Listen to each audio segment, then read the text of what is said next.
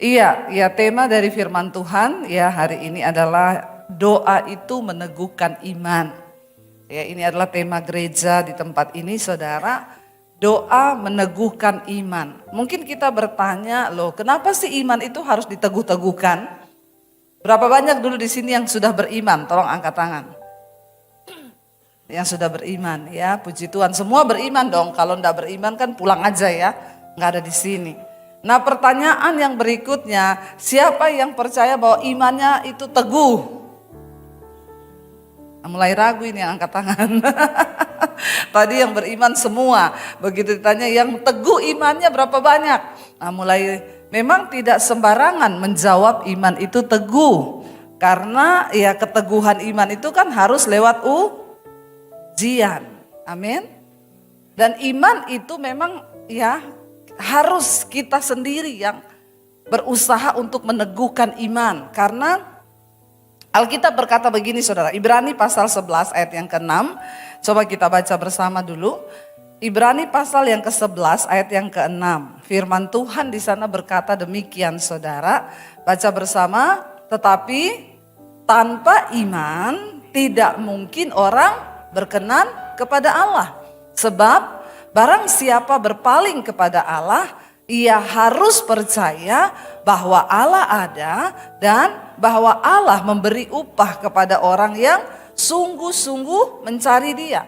Saudara, ayat ini berkata tanpa iman tidak mungkin orang berkenan kepada Tuhan. Berarti iman itu dari kita atau dari Tuhan? Halo? Dari kita kan? Kita loh yang harus ya beriman kepada Tuhan. Ya, kita loh yang harus beriman. Seorang perempuan pendarahan yang disembuhkan Tuhan Yesus, 12 tahun dia mengalami pendarahan, itu bukan hal yang biasa loh. 12 tahun. Ya, kita aja wanita kalau datang menstruasi lebih harinya kita keliengan ya, pusing karena darahnya lebih dan lama.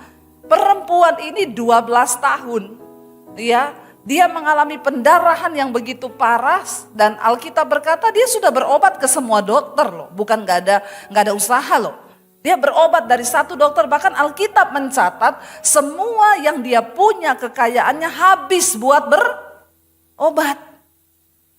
Tapi waktu dia mendengar tentang Yesus, imannya timbul. Ada rasa percaya bahwa Yesus sanggup menyembuhkan. Lalu ketika imannya timbul, ya Alkitab berkata dia dengar bahwa Yesus akan datang di kotanya, dia melangkah dengan iman. Saudara, orang yang pendarahan 12 tahun itu pasti keliengan, pusing, ya, vertigo loh. Ya, saya ini termasuk orang yang kurang darah, Saudara, darah rendah. Ya, jadi kalau pas lagi benar-benar drop itu, aduh ya, kalau vertigo tuh parah, Saudara. Dan itu pusing, mual, bercampur semuanya.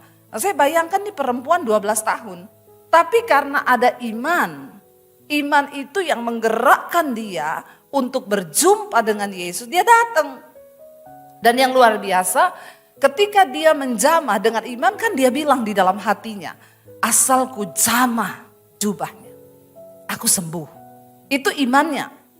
Dan benar ketika dia menjamah Yesus di tengah kerumunan orang banyak, Alkitab berkata seketika itu juga dia sembuh. Saudara, ketika dia sembuh, Yesus itu berpaling dan bertanya kepada murid-muridnya, siapa yang menjamah aku? Dan murid-muridnya berkata, hello, please deh. Ini ribuan orang yang ikut engkau. Bukan hanya menjamah, semua orang berdesak-desakan pengen memegang engkau dan semua orang pegang engkau. Tapi kau bertanya siapa yang jamah? Lalu Tuhan bilang enggak, memang banyak orang yang menjamah aku. Tapi ada satu jamahan yang berbeda, yang menarik kuasaku keluar dari tubuhku. Wow, enggak, Saudara? Banyak orang ikut Yesus, tapi hanya sedikit yang datang dengan iman. Makanya hanya sedikit yang mengalami mujizat. Tidak semua orang Kristen mengalami mujizat. Maaf, kalau imanmu redup, apalagi imanmu mati. Ayat ini dengan jelas berkata, tanpa iman tidak mungkin orang itu berkenan pada Tuhan. Lo berkenan aja kagak, apalagi mengalami mukjizat. Ya, lalu Tuhan Yesus berkata, ada sebuah jamahan yang berbeda. Saya mau tanya, kira-kira sebenarnya Yesus tahu nggak?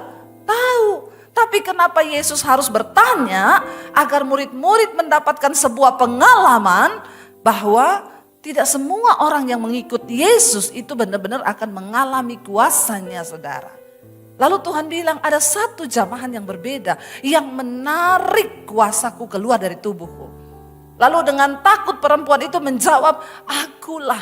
Karena aku ini pendarahan 12 tahun. Aku sudah berobat kemana-mana. Tapi dengan iman aku berkata, asal ku jamah jubahmu, aku sembuh. Dan Yesus berpaling kepada dia.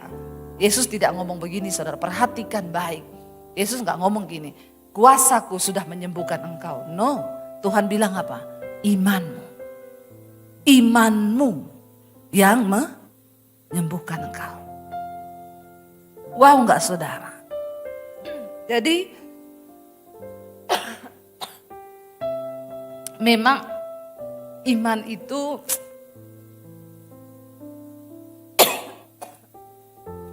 saya terlalu bersemangat.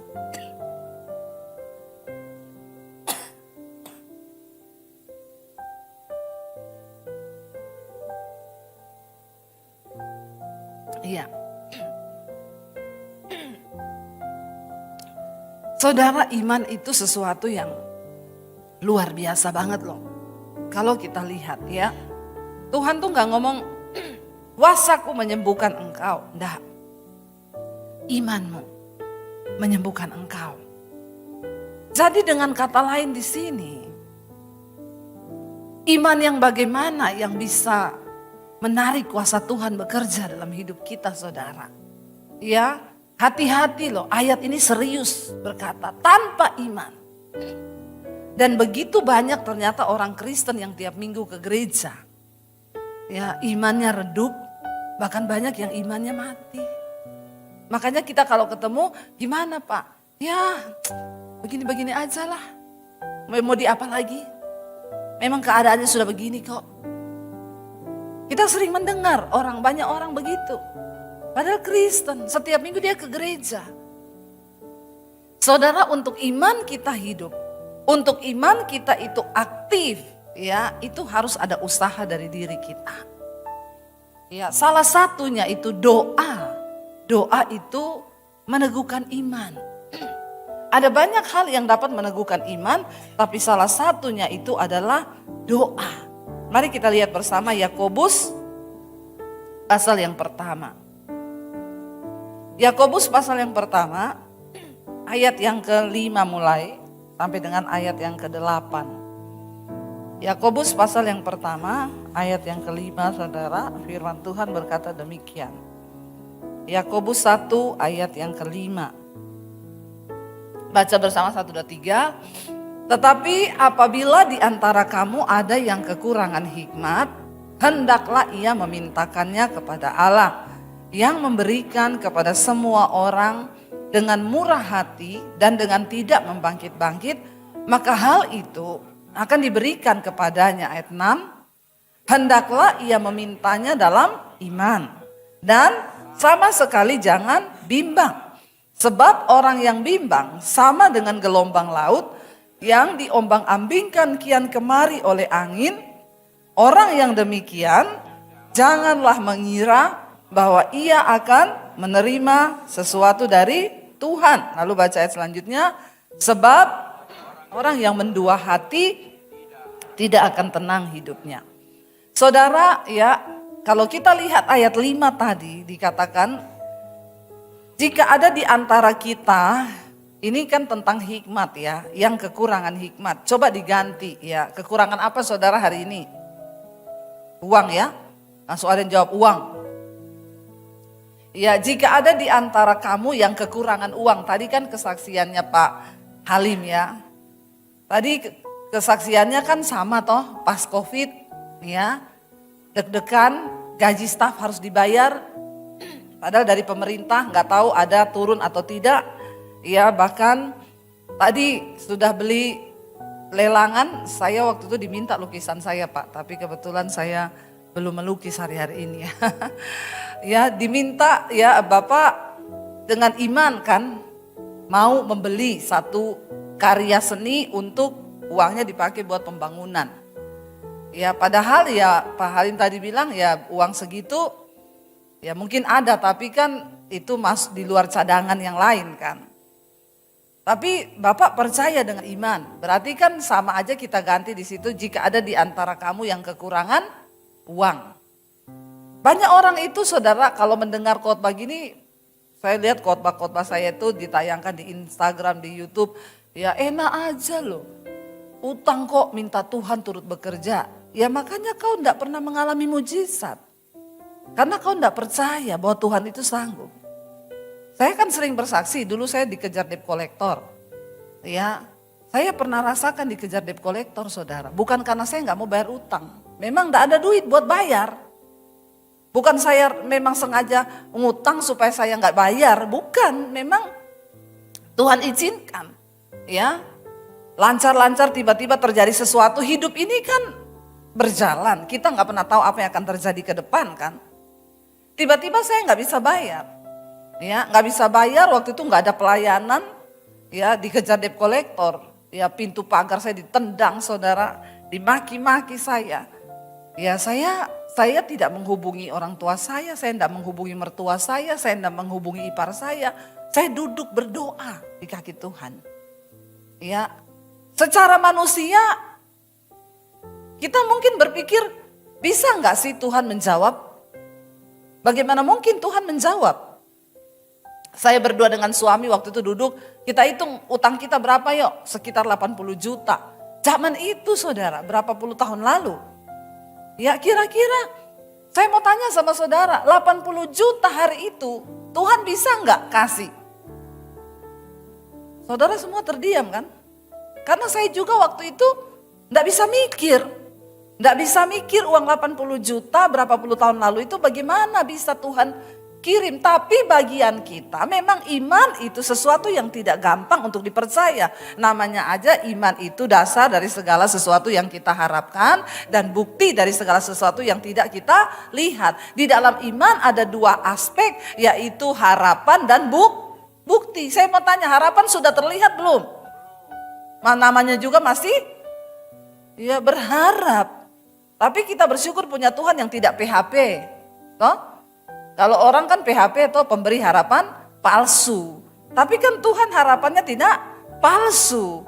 Ya, jadi iman itu ada harapan tapi juga ada bukti bahwa engkau sudah menerima.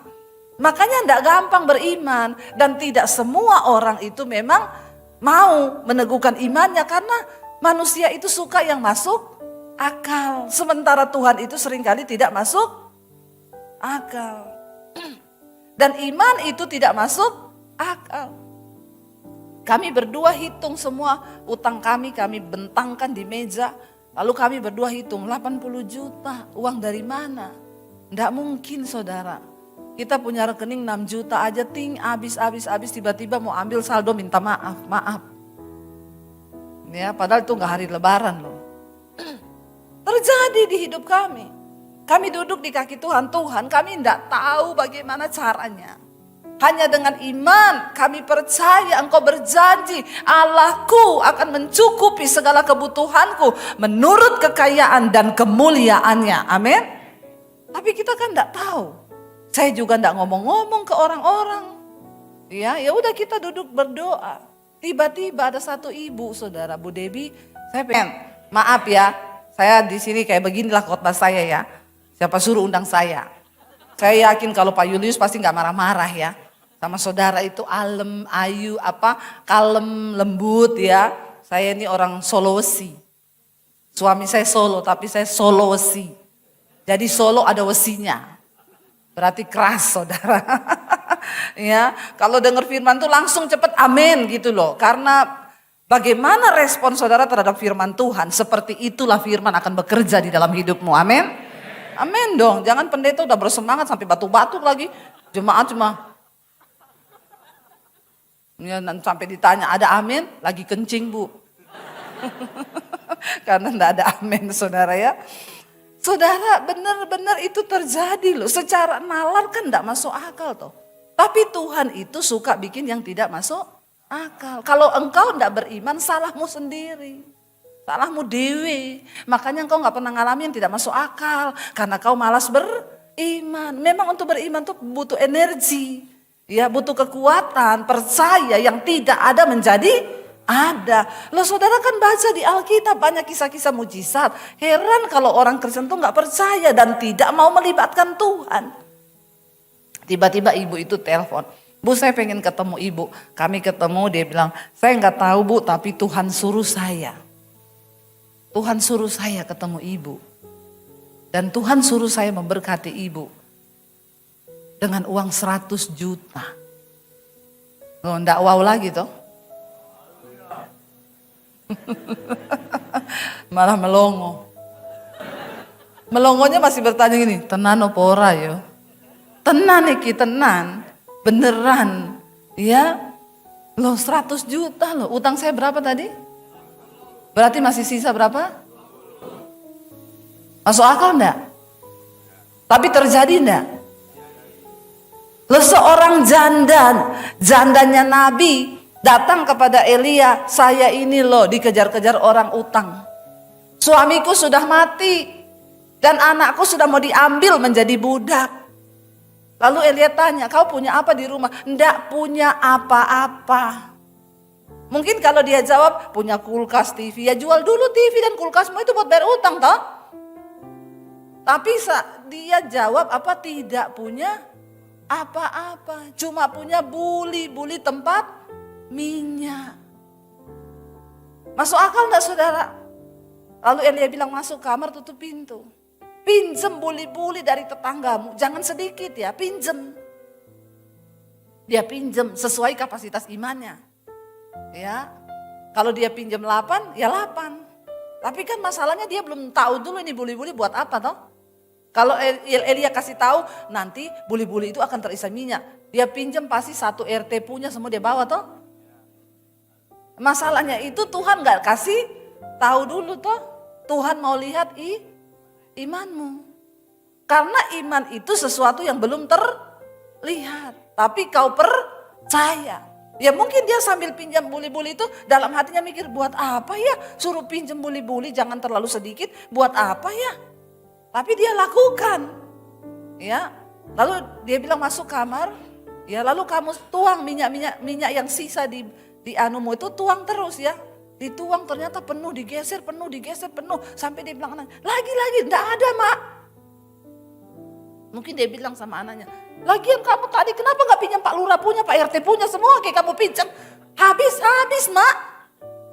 Entek saudara, ya kapasitas imannya segitu. Tapi akhirnya ketika penuh, lalu Elia bilang, jual, bayar utangmu. Dan hiduplah dari sisanya. Masih ada sisa enggak? Ada loh, Tuhan itu berkati selalu ada sisa loh. Pak Halim, sisanya banyak toh? Banyak sisanya toh? Bisa dibagi enggak Pak? Ya emoh ya, suruh beriman sendiri ya Pak ya. Beriman dewe-dewe saudara. Supaya kita mengalami Tuhan. Masalahnya banyak orang itu percaya Tuhan. Tapi tidak percaya kuasa Tuhan. Ya, tidak percaya kuasa Tuhan. Dikatakan di sana, kalau ada di antara kamu yang kekurangan apa? Hikmat, kekurangan uang, kekurangan kesehatan. Banyak orang itu ngomong sama Tuhan mau bicara uang. Loh libatkan Tuhan dalam keuanganmu. Banyak perkara uang yang Tuhan lakukan di dalam Alkitab. Ya, ketika murid-muridnya juga nggak punya uang, mereka mancing keluar uang dari mulut ikan. Itu masuk akal nggak saudara? Tidak masuk akal juga toh. Masa sih ikan tiba-tiba ada uang di dalam ikan itu? Ya, habis ini semua langsung pergi mancing ya. Tapi dari situ kan kita lihat toh, berarti Tuhan itu ada-ada aja cara kerjanya kan. Yang memang yang enggak masuk akal. Di tengah masa pandemi, saya dan suami Saudara, uang kami itu di bawah 10 juta, bertahan 2 tahun, bagaimana caranya? Coba saya mau tanya, di bawah 10 juta loh.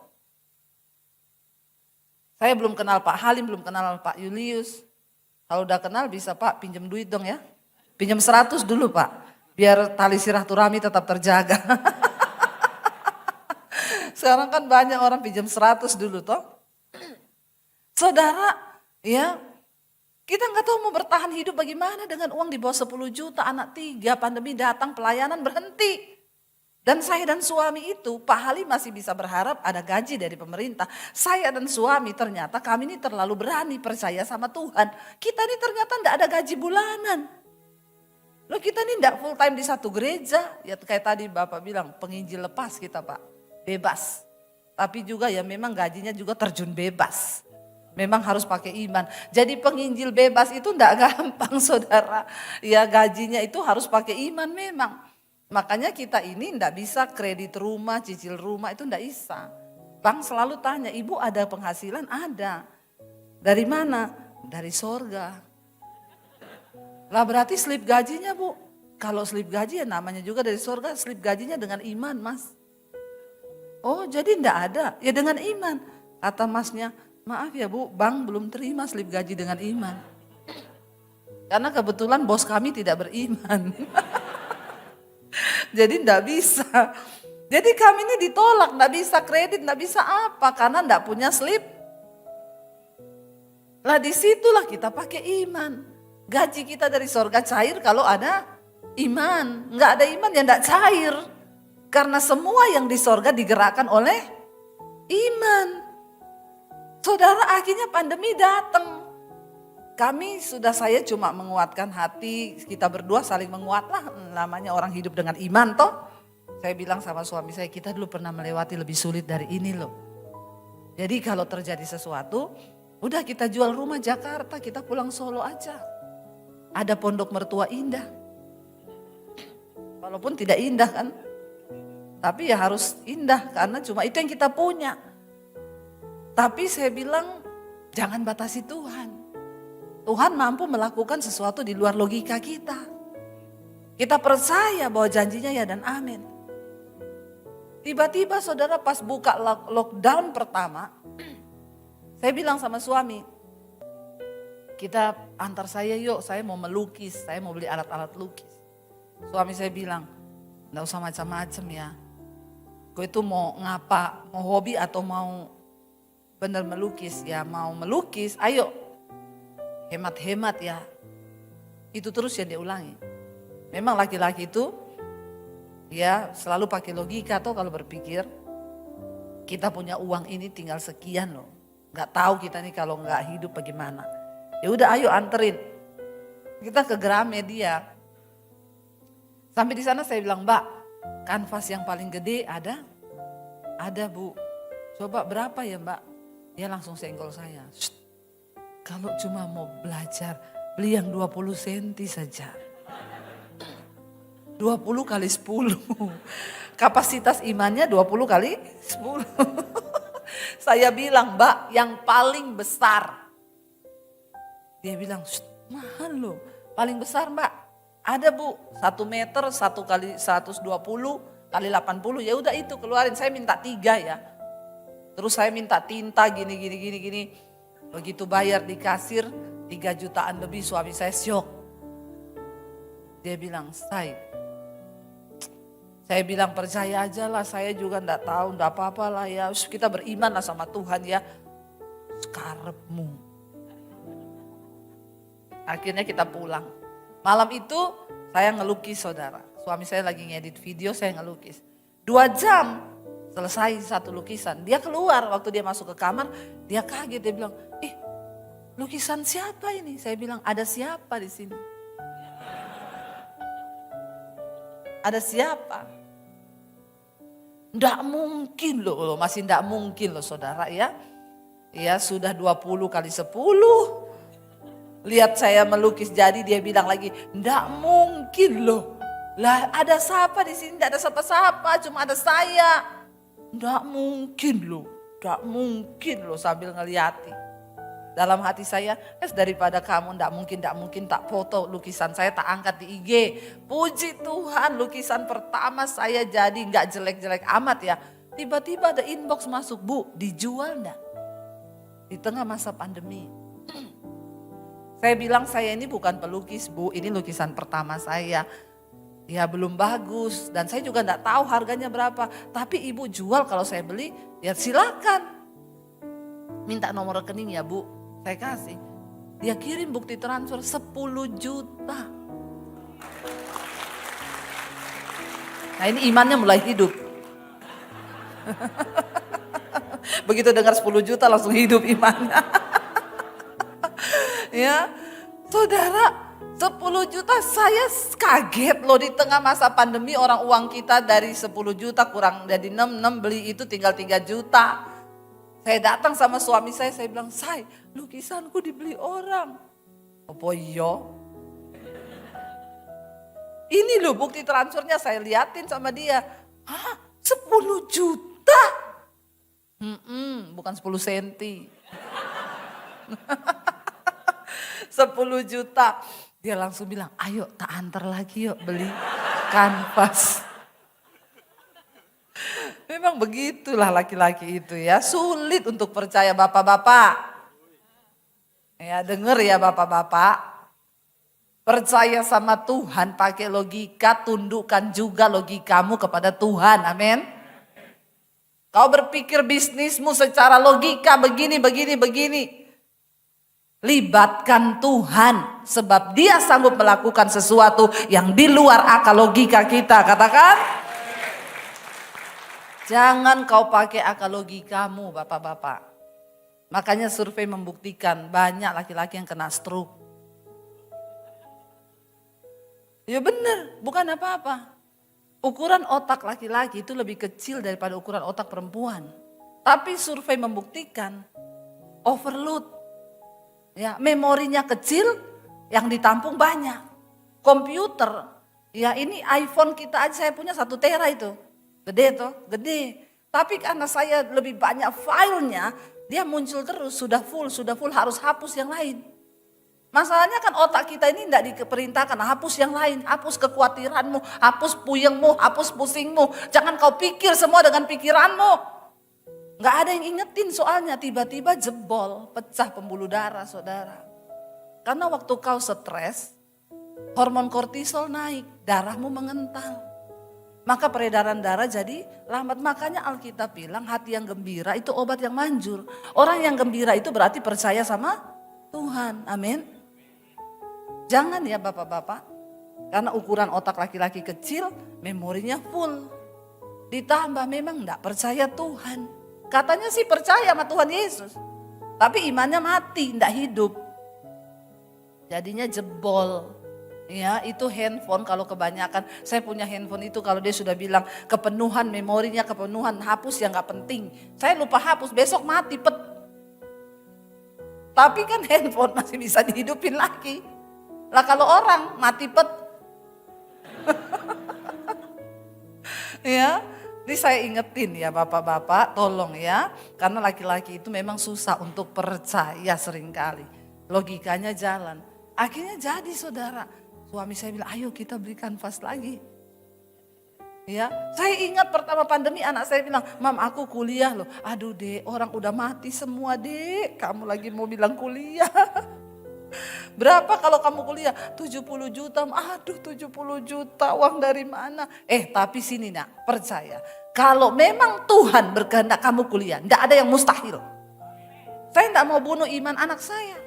Saya bilang, "Mami secara manusia enggak bisa bayar. Kita ini hidup hari ini makan aja sudah bersyukur. 70 juta mami enggak bisa bayar. Tapi kalau Tuhan berkehendak, enggak ada yang mustahil. Percaya itu, doa aja." Akhirnya saya jadi rajin melukis toh. Lukisan yang kedua dibeli orang. 10 juta, 10 juta. Sampai lukisan yang keempat. Saya diundang pelayanan di satu kantor. "Bu, ibu sudah berani keluar, ini semua pendeta enggak ada yang berani keluar loh. Ya, ibu mau enggak? Ini kantor kami sudah buka Bu. Dan kami butuh pendeta justru untuk menguatkan iman kami. Tapi pendeta semua enggak ada yang berani, katanya takut mati." Saya dengan alasan yang rohani saya bilang, saya doa dulu ya. Itu kan alasan paling rohani padahal ini saya sampai jam berapa ya? 7 menit lagi ya. Itu waktunya ada 7 menit lagi.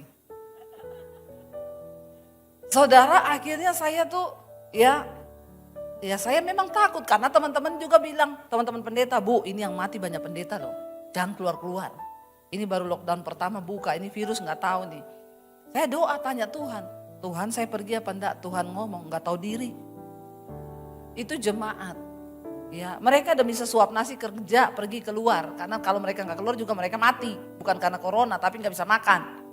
Lah kamu yang hamba Tuhan harusnya pergi di saat orang takut begini, kamu beritakan iman malah kamu takut. Saya telepon, oke saya datang besok. Ya, ibu berani mati hidup di tangan Tuhan. Kalau belum waktunya mati, enggak mati. Kalau sudah waktunya biar kau sembunyi di lubang tanah sekalipun, mati juga kau. Itu iman saudara, ya. Akhirnya saya pergi saudara, bukan mencobai, memang iman seperti itu toh.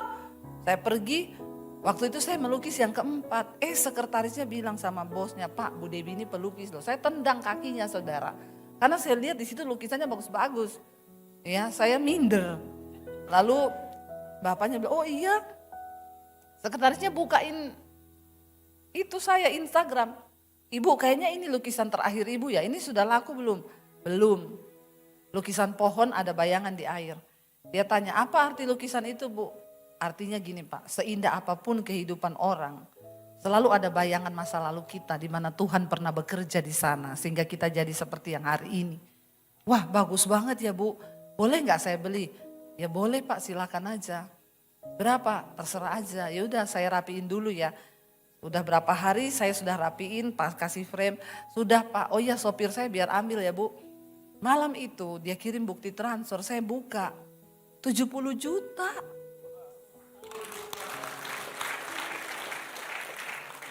Saya WA Pak, kayaknya salah Pak, kelebihan 01. Karena 01 bahaya kalau ada temannya di depan toh. Daripada saya sudah pakai duitnya terus dia bilang kelebihan, gawat saya mau ganti bagaimana saudara.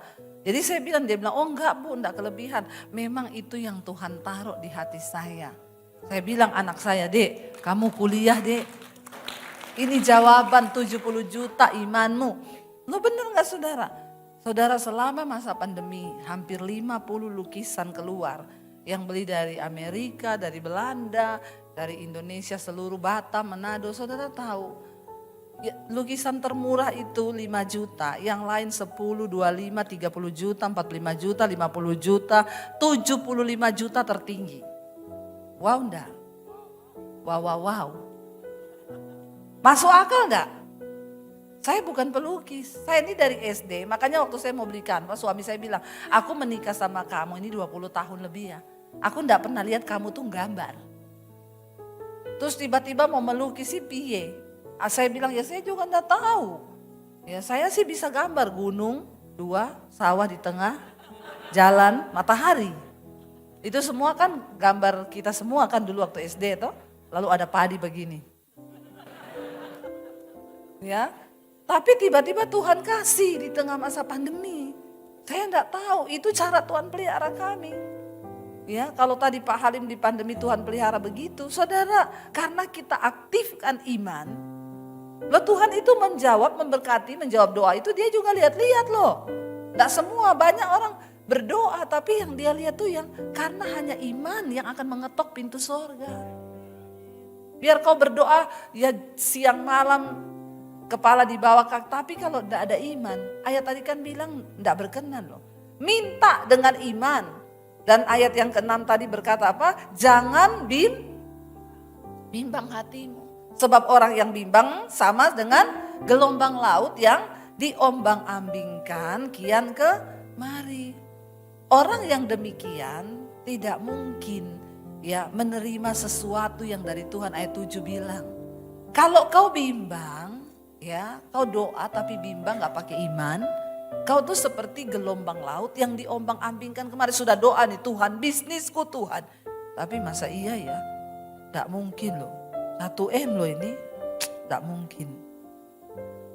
Saya di tengah masa pandemi ditelepon orang, Bu doain ya Bu, saya punya masalah ini Bu, suami saya meninggal, utang saya 200 miliar. Mau kecekik leher saya saudara. Yang utang dia, yang puyeng saya denger, cuma denger loh, denger tok. Ya puyeng saya denger tok itu 200 M itu ember atau miliar ya. Dan waktu dia telepon saya, ya saya cuma berdoa Tuhan kasih ayat buat dia. Lalu Tuhan kasih ayat itu Bu, ini yang Tuhan kasih ayat buat ibu ya. Bukan karena kuat dan gagahmu, tapi karena rohku kata Tuhan. Ibu imani dan pegang ayat ini ya. Saudara, berapa tahun berlalu saya ketemu dia, senyum-senyum, gimana Bu? Puji Tuhan Bu, selesai.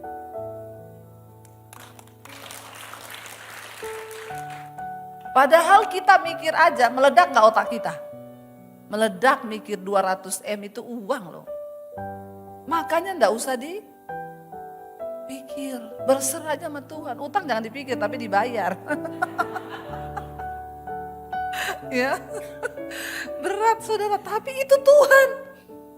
Ya, jadi kalau saya tanya Bu, udah selesai gimana? Ih Tuhan Bu, ajaib. Ada jalan ini dia buka, jalan itu dia buka, jalan ini. Dan sekarang dia udah senyum-senyum. Terlewati loh.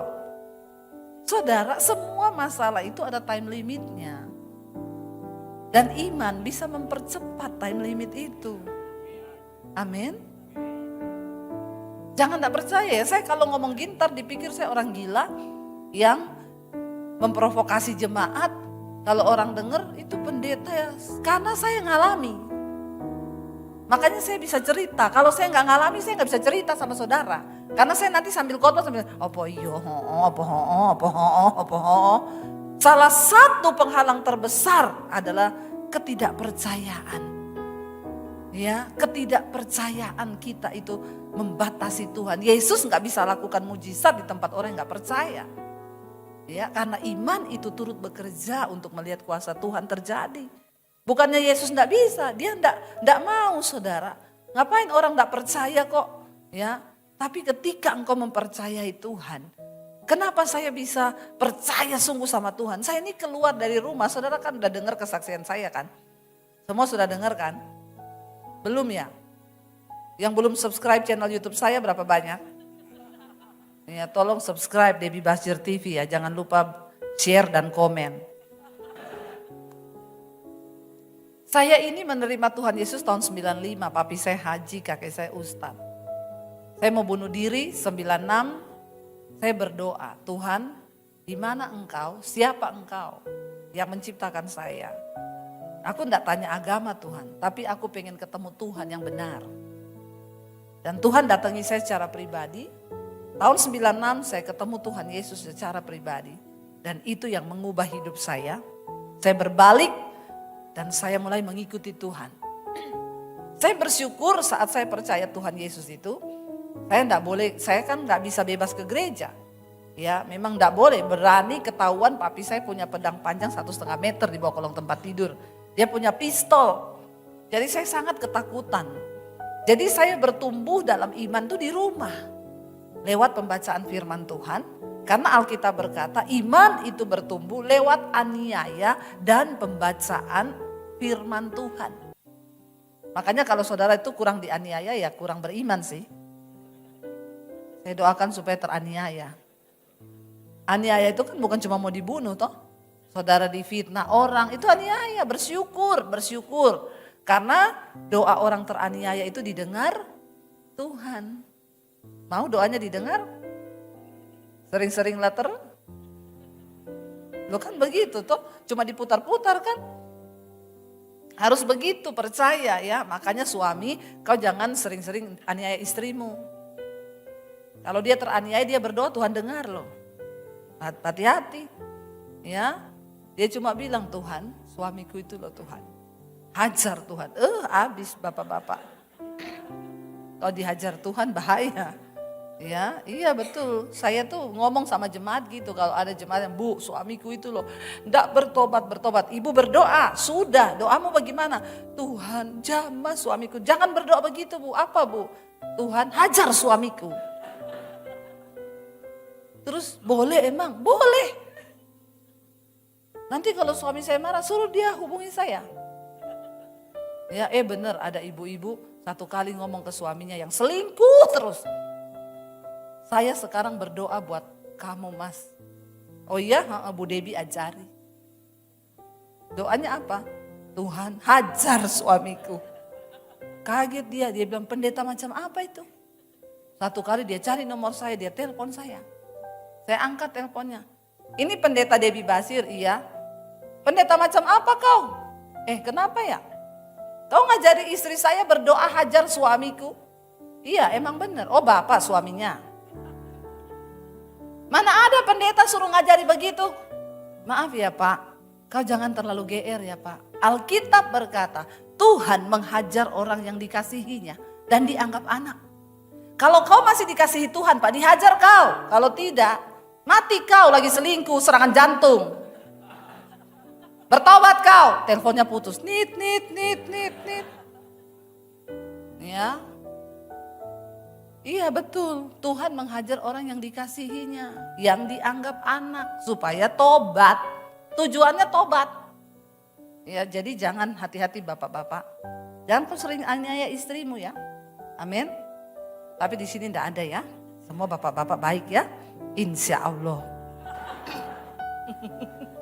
Lalu saudara saya akhirnya bertobat, terima Yesus. Diusir saya dari rumah, tadinya mau dibunuh. Gak jadi, akhirnya papi saya usir saya. Kamu pergi dari rumah ya.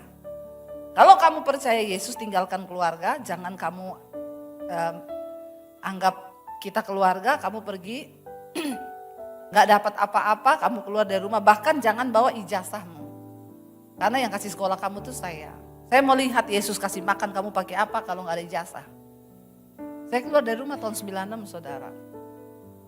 Dengan air mata saya tinggalkan kota Poso. Saya ke kota Palu, saya nginap di kos-kosannya, sepupu saya mereka ngekos di satu rumah.